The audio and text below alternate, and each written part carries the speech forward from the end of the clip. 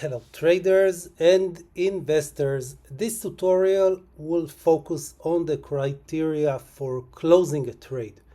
A friend asked me to make this tutorial and this got me thinking, and I realized that there is merit in discussing this issue because the decision to close a trade is critical but often overlooked. This tutorial represents my take on this issue, but is not the be all and all. Your opinion and experience are just as important.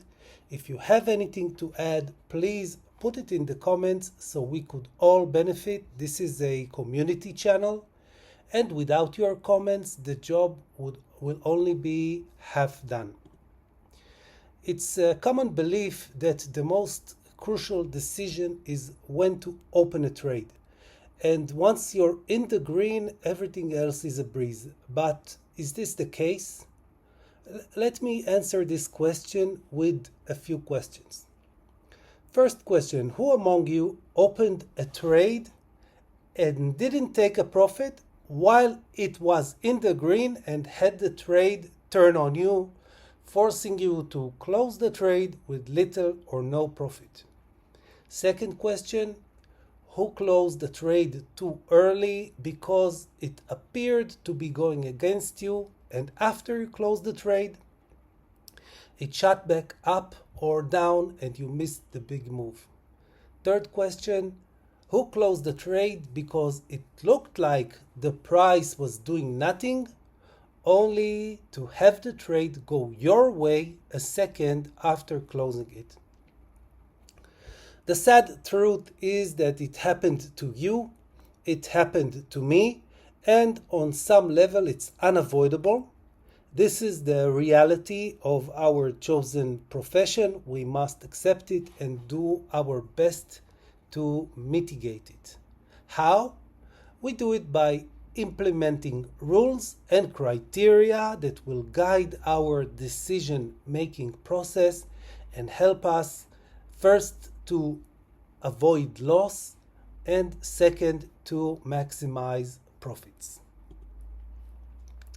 Now, I will be remiss in my duty if I disregard the psychological issues affecting our decision-making process. And just like everything in trading, it is fear and greed. How does fear impact our decision to close a trade? Number one is the fear of loss, which causes us to take profit too early or to close the trade before the invalidation point is hit.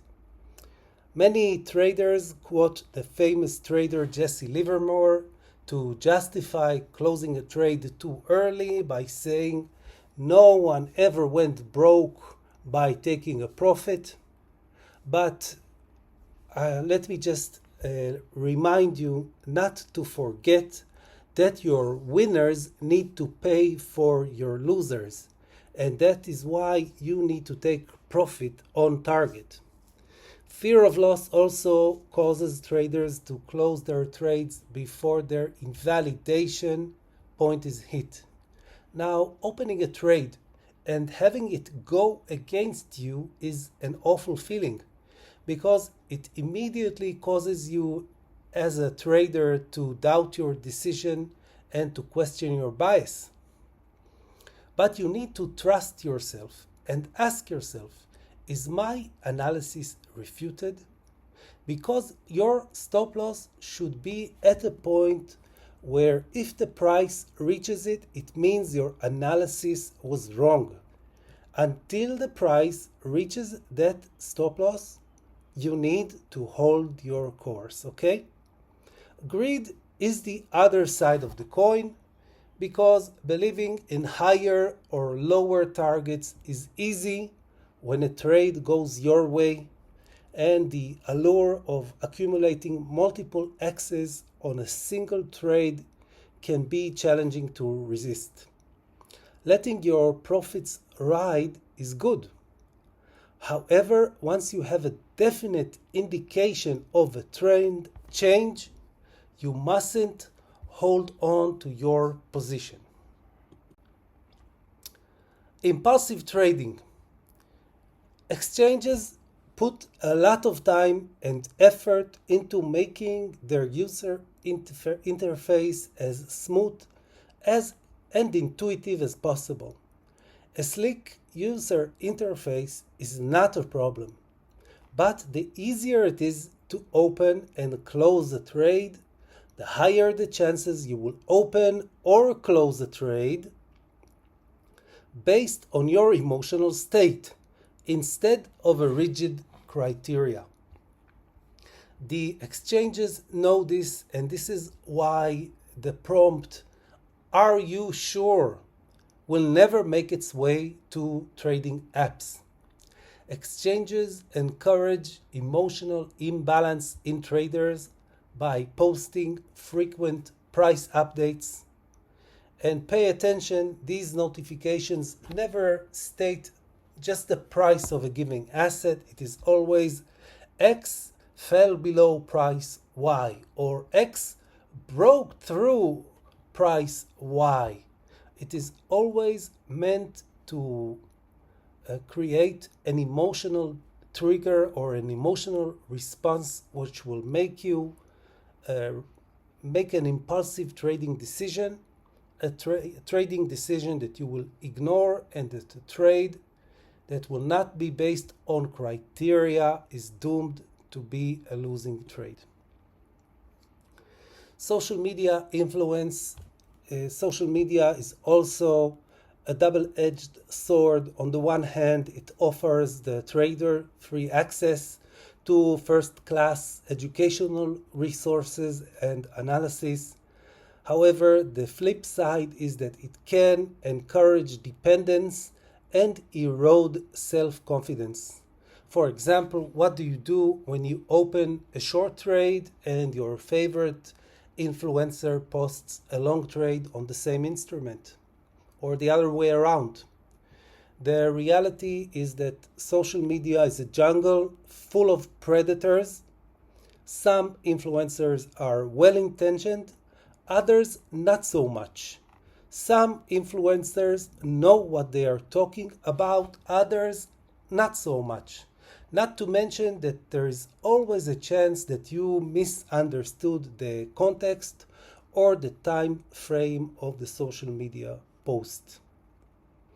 Another issue about social media is that many influencers post P&L screenshots of their successful trades. These posts serve to self-aggrandize the person posting them. And just ask yourself, did this so-and-so influencer, does he post P&L screenshots of his losing trades? If not, do you think he doesn't have losing trades? Because this is marketing pure and simple, okay? Most times the purpose of these posts is to encourage you to subscribe to this influencer's service, free or otherwise, or to trade in the same direction that he is trading. So, what's the solution?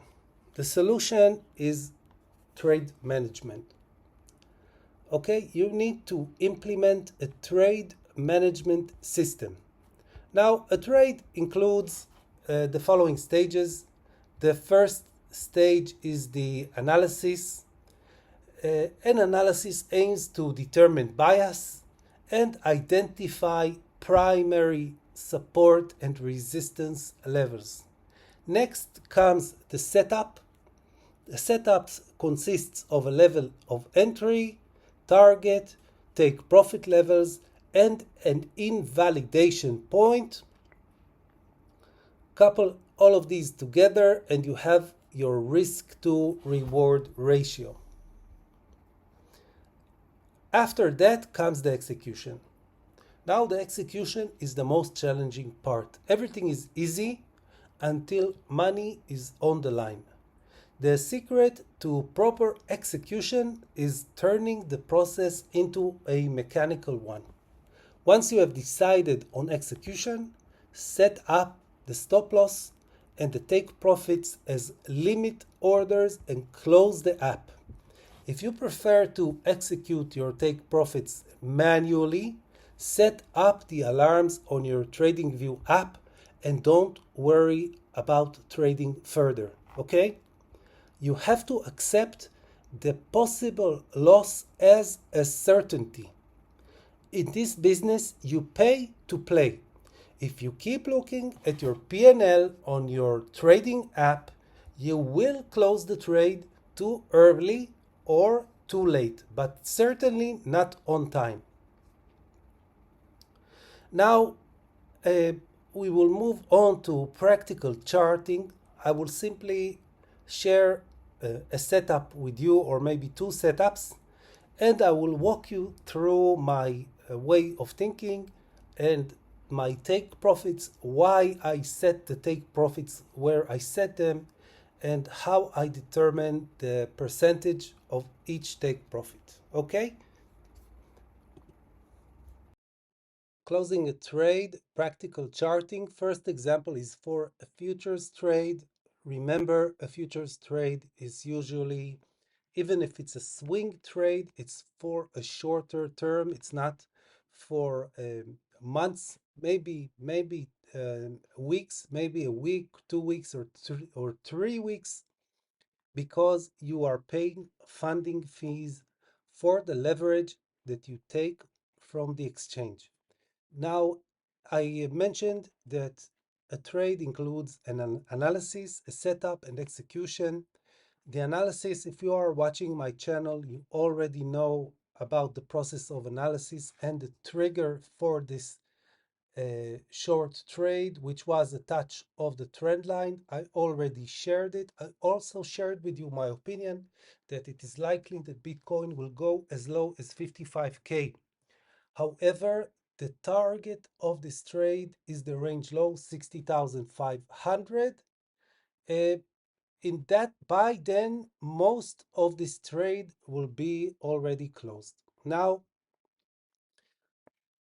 the risk to reward ratio for this trade is 1 to 4, almost 1 to 4, but it could possibly become even better as the time goes on and the trade proceeds. However, as long as it is more than 1 to 3, the risk to reward ratio is acceptable. Entry at 69,600. Stop loss currently at 72K. It was slightly above 72K initially. And the first take profit is at 67.3. Why at 67.3? 67.3 was the 50-day EMA. It was a support and resistance level which is active in this range, and therefore I wanted to take a little something off the table immediately, as soon as possible. Why? Because I mentioned previously that it happens a lot that a trade goes against you, it goes your way initially, but it reverses course. These things happen, you cannot avoid them. But if you take a little something off your trade while you are in profit, then your hard work is still recognized. You still got something for your time and for your effort. And after you have taken some profit, you are more relaxed, psychologically relaxed, and ready to let the trade play out. 67.3 by 67.3, I took 10% off the table immediately. Okay? Followed by the next take profit, which is at 63,500. At 63,500, I will take additional 30% off the table. Why 63,500? Let me show you. We have a daily demand zone here. Okay? With the proximal line being at 63,500. Now, do I think that this daily demand zone will hold, and this is when Bitcoin will turn around? No, I don't think so. But stranger things have happened in the past, and therefore, this is a technical target to take some of the trade off the table, to take some profit and reduce your risk. So by 63,500, 40% will be already closed. The next take profit is at 60,500, which is the range low. Do I think it's going to stop at 60,500? No, but I am ready for a lower high because we do have the 20-week EMA at 61,500. We have the range low. I am pretty confident that a touch of the range low will result in a lower high, possibly as high as 67K, maybe a bit higher. And for this reason, I will close the majority of the trade. However, because I am almost 100% positive that we are going lower to at 55K at least, I will leave the rest of the trade. How much? 30% of the initial funds that I put in this trade will remain, okay? Because I will let, at this stage, I will let my winners ride. The stop loss will be at the entry. The funding will be 100% my funding, no leverage at all. And I will let this trade ride to 55K at least. And it is possible that at the break and retest of the range low, I will open a new short trade. Okay, that's all for the first example of how to close a trade. How to close a trade, practical charting. This example is for your spot bags, for your long-term positions, and therefore it is on the weekly chart. I don't suggest using a time frame shorter than the weekly for these trades. Okay, now the entry was on January of 2023 at around 18K based on the weekly change of character with the stop loss at $16,000. Okay, and you manage these spot trades by using the market structure principle, meaning that you follow the market structure. Bitcoin, proceeded to make a high of 25K, higher low of 19K, higher high at around 30K, higher low at 25K, slightly higher high, and an equal low. An equal low is your first possible indication of a problem. However, it's an equal low, it's not a lower low.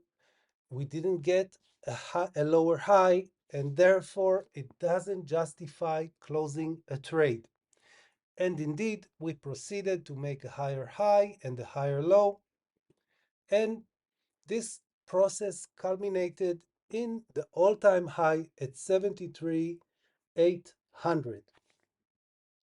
Following that, we do have a period of high volatility, but the latest higher low is 57K, and you mark this latest higher low on your chart, and this is the sign. Okay, now Bitcoin proceeded above this higher low, but it didn't make a higher high, it made a lower high, and this is why I think it should be obvious that we are having some problems with Bitcoin at the moment.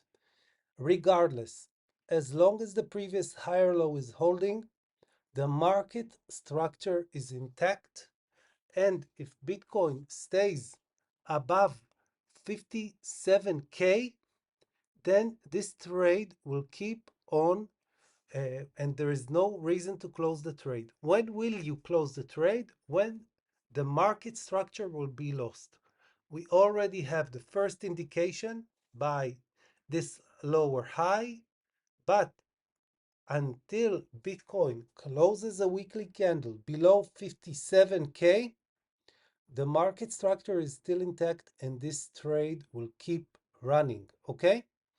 If it closes a candle below 57K, you know that the trend is shifted to the downside, and this is when you close the trade. First possibility. Second possibility is to have a set point at which you are going to sell your bags. For example, let's say that 90K is your target. So you say to yourself, when Bitcoin will make it to 90K, I don't care what the market structure is. I don't care what the upside potential is. By 90K, I am satisfied and I'm selling all my bags. Okay? This is the final example of how to close a trade. I think that I've covered everything, but of course, if something isn't clear or you have any comments, please, I'm always happy to learn from you as well. And I will see you in the next video.